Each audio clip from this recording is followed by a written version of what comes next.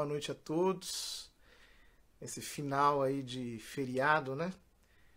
Esse feriado que ao mesmo tempo a gente aproveita para fazer tanta coisa, para evangelizar, para reunir tanta gente, para louvar a Deus, né?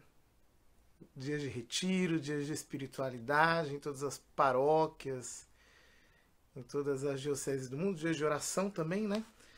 No final das contas, a festa da carne acaba se tornando festa do espírito.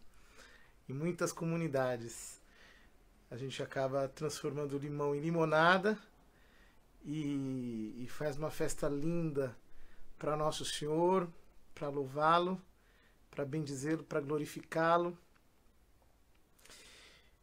E já estamos aí, né, nos preparando para começar mais uma quaresma. Vamos ver, né? Quem sabe seja essa a quaresma da nossa conversão, né?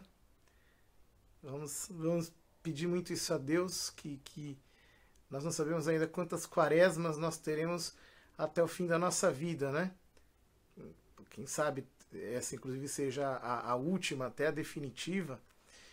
E portanto, uma ocasião para a gente se converter de verdade, né? Para a gente recomeçar nosso caminho de fé e de um jeito muito mais intenso, como diz São Paulo, né? Este é o tempo favorável, este é o dia da salvação, né? Então, por que eu estou fazendo essa live, né? Porque nós estamos aí para começar o tempo da quaresma. E o Santo Padre, o Papa Francisco, tem falado muito sobre a importância de nós fazermos uma boa confissão, né? Inclusive, na mensagem de Quaresma desse ano, o Papa fala sobre isso. E também, diversas vezes, né, o Papa tem nos exortado a isso, né? Pego apenas um trechinho de uma fala dele sobre a confissão. Ele diz assim: como podemos acolher e sentir a misericórdia de Deus em nós? Ele responde: abeirando-nos do sacramento da confissão que nos reconcilia com Deus, vendo o estado miserável em que nos deixaram os nossos pecados, que reconhecemos e lhe confessamos. Ele enche-se de compaixão, ficando ele com os nossos pecados e regenerando-nos como seus filhos. Acolhe-nos no seu seio e encoraja-nos a seguir pela estrada do bem. Ou seja, se nós quisermos de fato viver uma boa quaresma, né, se nós queremos nos converter, o caminho mais fácil, o caminho mais certo, o caminho mais garantido é realizarmos uma boa confissão e nos prepararmos para uma boa confissão. E de fato uma confissão na qual nós rompemos de uma vez por todas com o pecado, pelo menos com o pecado grave, né? Em que nós cortamos esse vínculo e recomeçamos de verdade uma vida nova. Isso acontece que eu estava pensando esses dias, inclusive nesse final de semana eu também fiz um pouco isso aqui na nossa paróquia. Como é que a gente pode explicar de uma maneira simples para uma pessoa por que nós temos que nos confessar, qual é a importância da confissão e como nós podemos explicar de uma maneira simples para qualquer pessoa um jeito de se confessar bem, né? Como é que nós fazemos para fazer uma boa confissão? Quais são os passos para uma boa confissão? E o evangelho do domingo passado, de certo vocês foram à missa no domingo passado e devem ter visto que nós comentamos na missa o texto de Marcos capítulo 1, a cura do leproso, né? E os padres da igreja são os grandes teólogos do primeiro milênio da era cristã. Eles sempre comentavam esse trecho do evangelho mostrando como, de fato, a lepra é uma imagem do pecado, né? Isso é unânime no comentário dos pais da igreja, porque a lepra na antiguidade era uma doença muito temida. As pessoas tinham o verdadeiro horror à lepra, né? A lepra embrutecia, destruía a afeição das pessoas, ia matando as pessoas aos poucos, era incurável, né? Ia destruindo mesmo a vida das pessoas e as pessoas se corrompiam completamente por causa da lepra. Acontece que hoje em dia a hanseníase é uma doença tratável, né?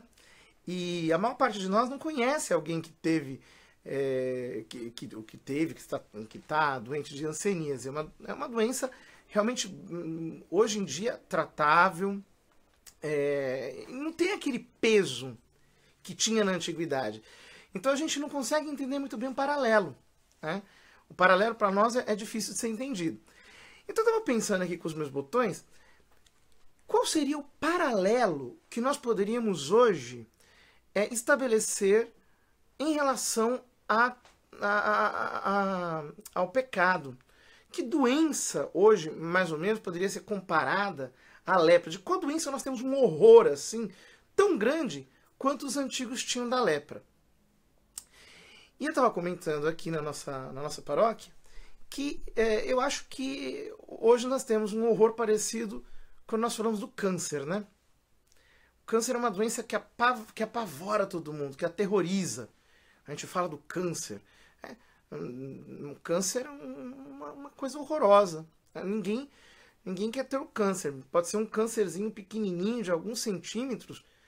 Você não deve querer tê-lo aí no seu corpo, né? Muito pelo contrário.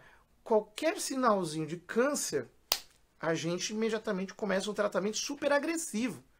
Porque a gente sabe o poder arrasador que o câncer tem de destruir com a nossa vida.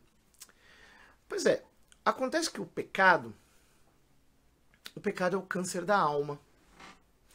E ele, aos poucos, vai nos matando, ele vai nos corroendo.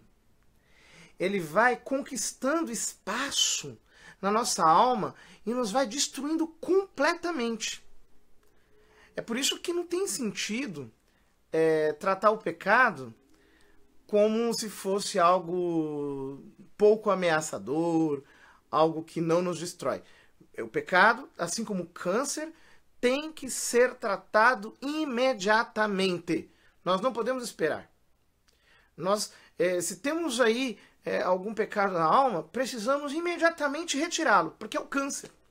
É um câncer que aos poucos vai nos matar. Ele vai se alastrar, ele vai romper as nossas resistências, ele vai fazer com que a gente fique habituado com o mal, a nossa consciência vai adormecendo e nós não vamos perceber, com o passar do tempo, o horror que ele é.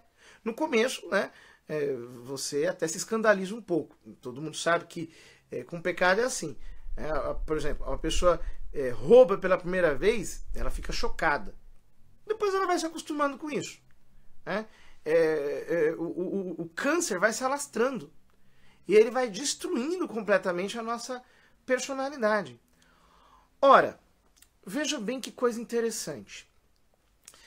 Pensando um pouco na ideia do pecado como câncer que precisa ser combatido, câncer que precisa ser destruído, eu estava pensando um pouco aqui como que a doutrina da igreja se ajusta perfeitamente a um tratamento espiritual. Aliás, o catecismo diz que a confissão é um sacramento de cura. De fato, é um sacramento de cura. No catecismo de São Pio X, lá na quarta parte, né, no capítulo 5º, que fala sobre o sacramento da penitência, São Pio X nos faz uma pergunta. Ele diz assim: quantas coisas são necessárias para fazer uma confissão bem feita? E ele responde: para fazer uma confissão bem feita, são necessárias 5 coisas. Primeiro, fazer exame de consciência. Segundo, ter dor e detestação dos pecados. Terceiro, fazer firme propósito de nunca mais os cometer. Quarto, confessá-los todos. E quinto, cumprir a penitência imposta pelo confessor. Agora veja que coisa interessante, né? Digamos que você tivesse a suspeita de estar com câncer. Você fizesse um exame de toque, ou houvesse alguma alteração nas suas análises, o que você faria? A primeira coisa que você faria um exame muito detalhado de câncer. Você iria se revirar de ponta cabeça, iria procurar o melhor laboratório que você pudesse para averiguar se, porventura, você não tem algum tumor. E você não queria apenas saber se você tem um tumor. Você queria saber aonde esse tumor está e quantos tumores são. Se eles são benignos, se são malignos, qual é o estado, se eles já se alastraram, se já deu metástase, como é que é. Ora, então vejam, a primeira coisa é fazer o exame de consciência. O exame de consciência é o nosso exame de câncer da alma. Você vai pegar aí as perguntas. Aliás, eu deixei aí na descrição dessa live um exame de consciência, um link de um exame de consciência que a gente fez aqui na paróquia, inclusive, né? Para distribuir para as pessoas. Exatamente por isso.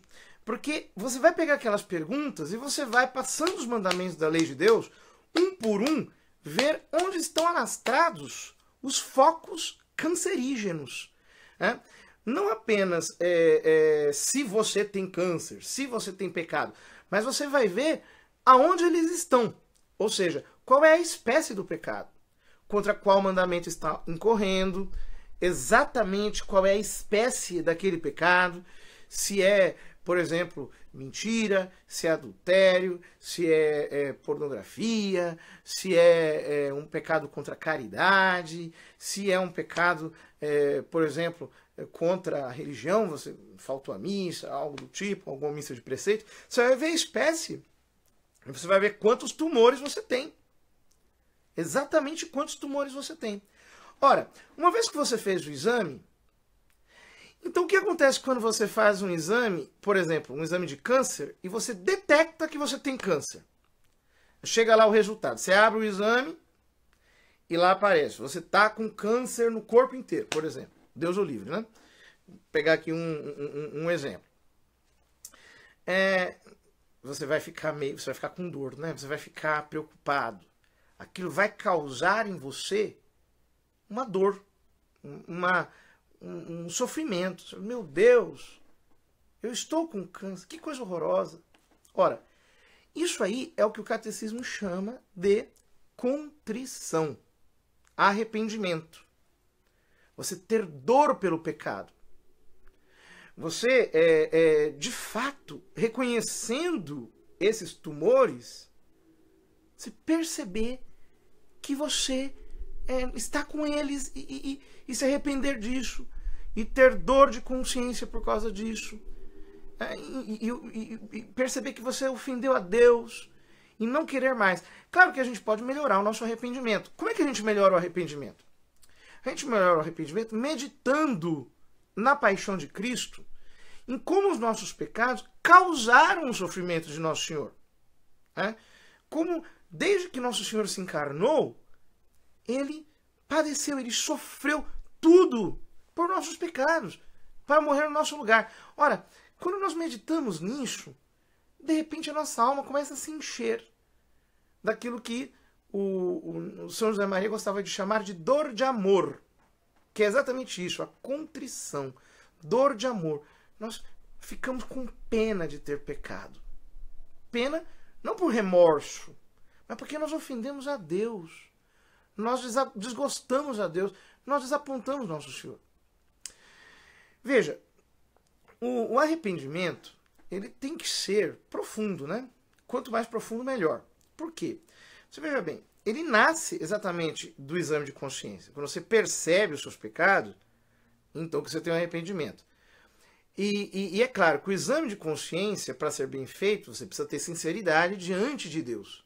Por isso que a gente reza, pedindo a luz do Espírito Santo, para que nós vejamos os nossos pecados assim como Deus os vê. Claro que essa é uma graça muitíssimo grande, nós conseguiremos tê-la apenas em parte, né? quanto mais Deus nos conceder essa graça, melhor para nós, de vermos os nossos pecados exatamente como Ele vê. Agora, para isso tem que ter sinceridade.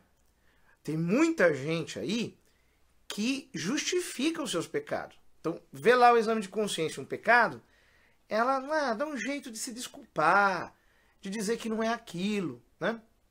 Muita gente faz isso, né? Por exemplo, o cara é bruto, é um cara grosso, é uma pessoa mal educada, não tem caridade com ninguém. Mas ele diz, não, eu sou uma pessoa autêntica, né? Sou uma pessoa autêntica. Quer dizer, ele dá um jeito de deixar o pecado dele bonito. Então, aí não adianta, né? Você tem que fazer o exame de consciência com sinceridade, disposto a reconhecer mesmo o seu pecado e se arrepender dele. Esse arrependimento, quanto mais profundo, melhor. Significa que você vai se abrir mais para receber a graça de Deus. Ora, uma vez que você fez o exame de câncer, viu que está com câncer, né? Você ficou com pena de estar com câncer. Você falou, meu Deus, que coisa ruim. Eu não queria estar com câncer. Que pena que eu estou com câncer. Então você vai ao médico e o médico vai te indicar qual é o tratamento. Então você vai ter, por exemplo, que fazer o propósito de cumprir aquele tratamento médico, né? Então, por exemplo, digamos que você estivesse com câncer de pulmão e você fosse um fumante. O médico diria, olha, você não pode, né? Você tem que evitar o fumo ou, sei lá, alguma outra coisa parecida. Ou você tem que fazer essa dieta para você tratar dessa doença, para ela não se agravar. E você obedeceria, porque você está doente, né? Você tem que tratar aquele câncer. Ora, é isso que a doutrina católica chama de propósito de emenda. Você se arrependeu do pecado, então você vai fazer o propósito de se tratar daquele pecado. Então, por exemplo, digamos que você tenha tido a desgraça de cometer um adultério, né? Ora, o que você vai fazer? Você vai romper com aquela pessoa, vai apagar o contato dela, não vai mais falar com ela, vai romper o seu relacionamento. Por quê? Porque arrependimento é assim, né? Seria um arrependimento muito falso. E o arrependimento de quem, por exemplo, você sabe, eu estou arrependido, mas não quero romper aqui o contato, né? Eu não quero desfazer aqui a minha relação errada. Não. O arrependimento, ele te leva ao propósito de emenda. O diagnóstico da doença te leva à dor por tê-la, e a dor, a pena de tê-la, te faz querer fazer o tratamento. Este é o propósito de emenda. E aí vem o quarto elemento, né? Você vai, portanto, marcar a cirurgia para extração do câncer, né? Você vai tirar lá o câncer, você marcar a cirurgia para tirar o câncer de você. Isso é o sacramento da confissão. Isso é o sacramento da confissão. É o dia que você vai marcar a cirurgia, você vai lá e vai mostrar, você vai ficar no leito e Nosso Senhor, através do sacerdote, o sacerdote é uma espécie de bisturi, né? Ele vai lá na sua alma e vai tirar aquele pecado de você, pelo sacramento da confissão. Por isso que o sacramento da confissão é um negócio maravilhoso. É a melhor coisa que existe depois do sacramento da Eucaristia, né? Porque através dele, Nosso Senhor apaga os nossos pecados mesmo. Né? Não é uma coisa qualquer, não é um símbolo, não é simplesmente uma certificação. Não. Nosso Senhor, pela confissão, pela absolvição sacramental, desde que nós estejamos de fato arrependidos e tenhamos o propósito de emenda, tenhamos o propósito de não cometer mais aquele pecado, Nosso Senhor de fato tira o pecado de nós. Ele faz essa cirurgia mesmo e extrai o câncer da nossa alma. O câncer da nossa alma, que é o pecado. Ora, a confissão, ela precisa ser bem feita. Ou seja, ela tem que ser de todos os pecados. Por isso que o exame de consciência é muito grande. A gente confessa os pecados pela espécie e pelo número, né? Quantos pecados nós cometemos. Só que não é uma explicação extremamente detalhada. Você não precisa contar, por exemplo, a história do pecado, né? Você um dia viajou para, sei lá, para Araraquara, aí lá em Araraquara você encontrou com não sei quem, e aquela pessoa te fez não sei o que, aí você ficou magoado. Você não precisa contar essa história inteira. Você diga apenas o pecado, né? Eu neguei o perdão para uma pessoa, uma vez. Eu neguei de cumprimentar uma pessoa 2 vezes, por exemplo. Né? Neguei saudação àquela pessoa 1, 2 vezes. Por exemplo, né? Quer dizer, uma confissão muito bem feita, ela não leva muito tempo para ser feita. Né? Você pode fazê-la num tempo razoável. Né? Aliás, isso é muito importante porque às vezes as pessoas vêm com expectativas para o confessionário de, assim, fazer desabafos. E cada parte tem uma fila de penitentes para atender. Né? Tem lá 30 penitentes e a pessoa quer fazer aquele desabafo. Eu entendo que às vezes isso é necessário. Né? Isso é necessário, embora há um pouco ocasião também para isso. A confissão não é propriamente o momento de você fazer desabafos. É o momento de você se livrar dos seus pecados. E é claro, né? São José Maria, ele dizia uma coisa interessante. Ele dizia que a confissão, para ser bem feita, esse 4º passo, essa cirurgia, digamos assim, ela tem que ser clara, completa, concisa e concreta. Quer dizer, clara. Você tem que dizer, né? Você não pode chegar para o padre e dizer assim: padre, eu fiz aquilo. Aquilo o quê? Né? Ou dizer: padre, eu pequei por pensamentos, palavras e obras. Isso aqui, né? Não está confessando, porque qualquer pecado é por pensamentos, palavras ou obras. Né? Ou dizer: padre, eu pequei contra todos os mandamentos, só não matei e não roubei. Isso também não é confissão, porque você não está dizendo que você fez. Pelo contrário, você está dizendo que você não fez. Né? Então tem que ser claro, você tem que ir direto ao ponto. Completa. Né? Quer dizer, todos os pecados mortais que você tenha cometido. Concisa. Diga o pecado. Não precisa explicar uma série de coisas. As circunstâncias que são relevantes, tudo bem. Mas, para além disso, não é necessário. E concreta. Indo diretamente ao ponto que precisa ser corrigido. Né? Uma vez que você fez a cirurgia, uma vez que o pecado foi extraído da sua alma, você eliminou o câncer, aí vem o quinto passo. O 5º passo é você fazer a quimioterapia, né? Você vai fazer a quimioterapia, a radioterapia, vai depender aí um pouco. Que é o quê? Aquilo que a igreja chama de penitência. A penitência. Veja bem, geralmente o sacerdote, ele passa uma penitência muito, muito simples. Porque a intenção do sacerdote não enfim, fazer a pessoa se sentir castigada, punida. Não, a intenção é que o penitente repare de algum modo o mal que ele fez com um gesto simples. Então, geralmente, o sacerdote passa uma penitência não longa, algumas orações, né?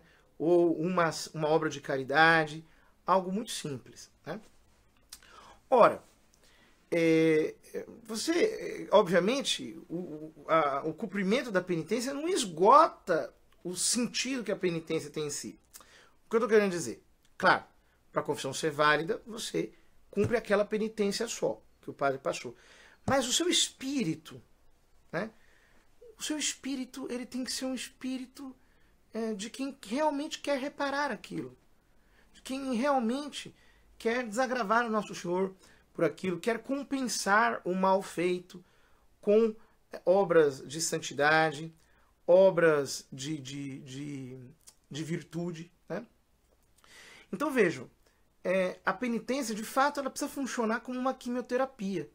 Você se arrependendo mesmo daqueles pecados e procurando, dia após dia, melhorar naqueles aspectos, pedir perdão a Deus, apresentar a Deus o seu espírito contrito, o seu ânimo verdadeiramente desejoso de de voltar, né? De voltar à comunhão com Deus e de viver intimamente com Ele. Ora, uma vez que você cumpriu esses 5 passos, só resta um 6º passo que não pertence aos atos do penitente propriamente ditos, como estão aqui expostos pelo catecismo. Ser uma espécie de apêndice, né? Uma espécie de corolário, que é agradecer a Deus pela graça de se confessar. Né? É uma coisa maravilhosa. Eu, nesses anos de sacerdócio, as experiências mais bonitas que eu vi na minha vida são experiências de penitentes que se arrependem, não? Penitentes que se convertem. Eles chegam lá, pedem perdão, saem com a alma lavada, ressuscitada, né? É uma verdadeira ressurreição. A pessoa está morta e de repente ela volta à vida, ela volta à vida da graça. Né? Como não agradecer por isso? Como não agradecer? Nós temos que agradecer muito, muito, muito mesmo. Então, basicamente é isso. São esses 5 passos. Né? Você desconfiou que você está com câncer? O que você vai fazer? O exame de câncer, você vai ter pena por ter câncer, você vai fazer o propósito de fazer o tratamento que o médico lhe fará, lhe sugerir, lhe mandar, você vai fazer a cirurgia e você vai fazer a quimioterapia. Né? São 5 atos do penitente. Exame de consciência, arrependimento, propósito de emenda, confissão e penitência. Prepare a sua confissão para essa quaresma. Né? Prepare uma boa confissão. Uma confissão profunda, que vá lá ao fundo da sua alma. Que você pegue lá as raízes dos seus pecados e apresente diante de Jesus Cristo na pessoa do sacerdote. E desse modo, você obtenha de Jesus Cristo o perdão, do sacerdote a absolvição.